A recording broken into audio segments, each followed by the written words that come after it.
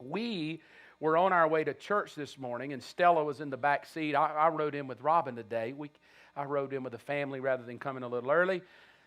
And we were coming down I-20, and she said, because she's like her granddaddy, she always knows the fastest way to get anywhere.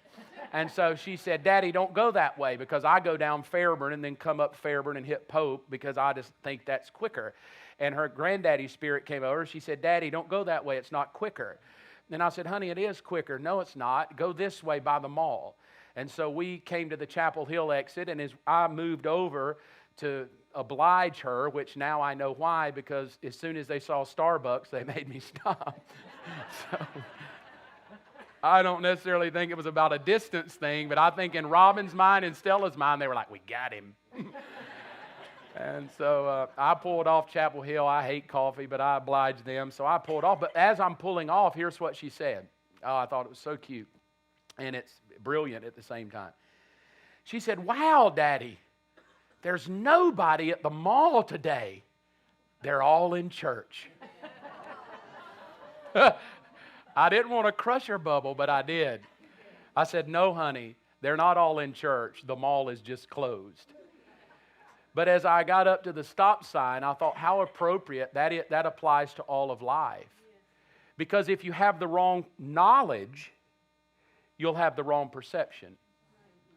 So that if your knowledge about something is wrong, your perceptions will be wrong. You get that? So that if my knowledge is the mall is open, and the mall is open, and I see an empty parking lot, what do I deduce? Tragedy. A little 7-year-old deduces they're all in church. Because she doesn't know in her mind on Sunday, it's not about respecting church. It's about they just close on Sunday and we all go do our thing and they'll open after lunch. So it's not because everybody's in church, but in her perceptions, because her knowledge is wrong, her perceptions have deduced something that appears to be true, but it's totally inaccurate. That everybody who would be at the mall is now in church. That's a total inaccurate thing. Some may be there, but not all. Now, if that could be true, then that applies to all of life. Bad knowledge can skew perceptions so that what I perceive to be true is really false.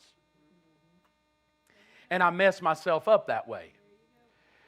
So that if I don't have the right knowledge about God, and I don't know, and I've never been taught, then what I will do is I will perceive things about God that aren't even remotely true because I don't know. So I'll say things like, well, God will kill you, God will make you sick, God will do this, God will do that, because of a lack of knowledge. Even the Bible tells us in the Old Testament it's because of a lack of knowledge that people are destroyed. There it is. Now, would you not think that if you were the devil, the most brilliant thing for you and I to do or to have done to us, if you were going to deceive somebody, is to cause them to make perceptions about life away from knowledge? Because just what the 7-year-old taught us this morning, wrong knowledge equals wrong perceptions, and wrong perceptions cause you to make wrong choices and decisions, and wrong decisions mess you up forever until you get them right.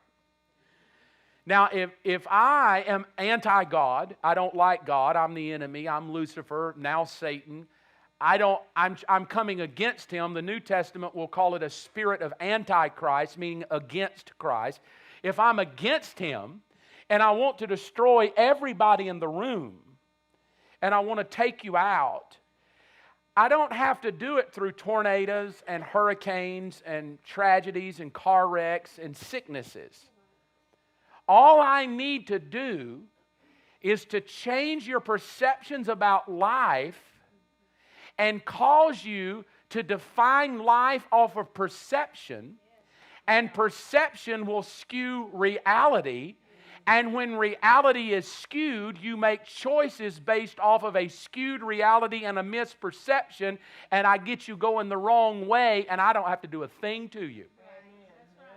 All I have to do is to get you to live outside of what God told you to live. Now, how do I do that? The way I'm going to do that is I'm going to bring a battle between logic and truth.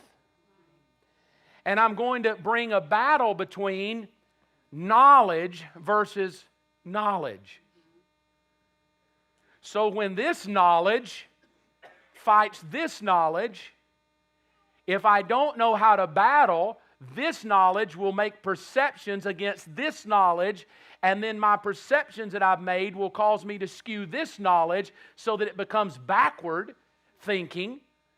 And now I live life, watch how brilliant this is from the enemy. I live my life based off of the knowledge of my skewed perceptions, which are defined by my experiences and not truth, while I hold this at a distance and say, well, I believe that.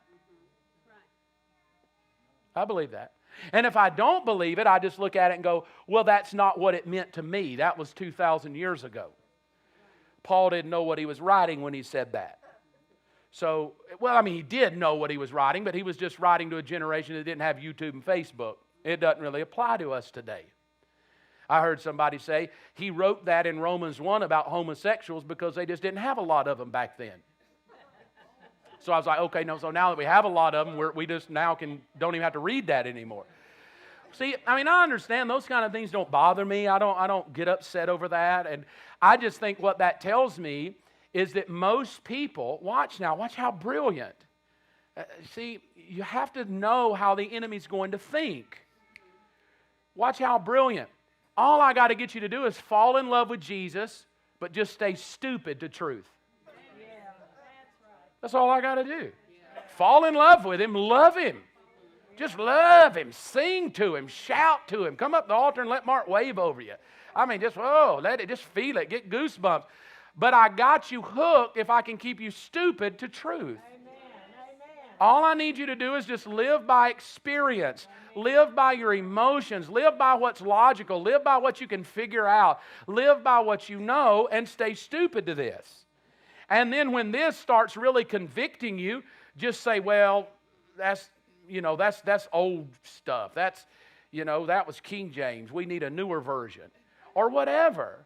That doesn't apply to us today.